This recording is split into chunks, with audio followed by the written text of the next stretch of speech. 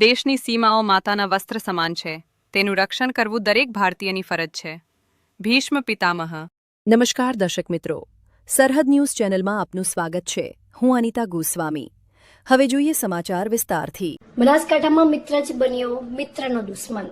કાંકરેજ તાલુકાના અરણીવાડા ગામનો 28 વર્ષીય યુવક 3 દિવસથી ગુમ અને પછી પૈસાની લેતી દેતીમાં મર્ડર કરી લાશ દાટી દેવાઈ.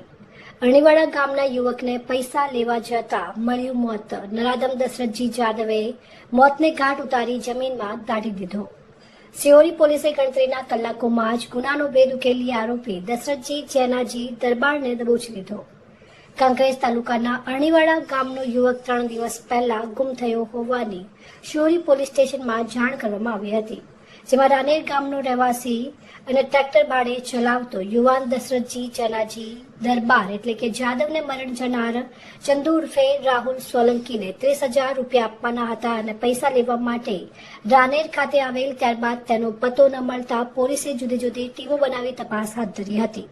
જોકે મુખ્ય માસ્ટરમાઇન્ડ દશરથજી જેનાજી દરબાર ઉપર પોલીસને શંકા જતા પોલીસે કડક પૂછપરછ શરૂ કરી હતી અને આખરે તેને કબૂલ્યું હતું કે તેણે ચંદુ ઉર્ફે રાહુલસિંહ દિવાનજી સોલંકીને પોતાને પૈસા આપવા ન પડે તેના માટે નદીના પટ્ટમાં લઈ જઈને મોતને ઘાટ ઉતારી લાશને દફનાવી દીધી હતી. ત્યારે આ ઘટના અંગે સિહોરી પોલીસ સ્ટેશનના પીઆઈ સરળ સહિત ડીસા ડીવાયએસપી સ્ટાફ અને એફએસએલની ટીમ સાથે કાંકરેજ મામલતદાર અને ફોરેસ્ટ વિભાગ સાથે તાત્કાલિક અસરથી આરોપી દશરથજી જેનાજીને સાથે રાખી નદીના પટ્ટમાં દાટેલી લાશને બહાર કાઢવા માટે પહોંચ્યા હતા. નદીમાં લોકોના ટોળા એકઠા થયા હોવાના દ્રશ્યો સામે આવ્યા. જોકે હજુ સુધી જેસીબી મશીન દ્વારા લાશને બહાર કાઢવા માટેની કામગીરી શરૂ કરવામાં આવી હતી. જેમાં જમીનમાં ઊંડે દાટેલી લાશને ભારે જહેમત બાદ બહાર કાઢી પીએમ માટે મોકલી આપવા તજવીજ હાથ ધરાઈ હતી. મૃતકના પિતા દિવાનજી જવાનજી સોલંકી અને એમના પરિવારમાં 5 દીકરીઓ છે. ત્યારે હવે 5 દીકરીઓની વચ્ચે એક જ ભાઈ હતો અને તેનું મોત થતાં પરિવારમાં માતમ છવાયું છે.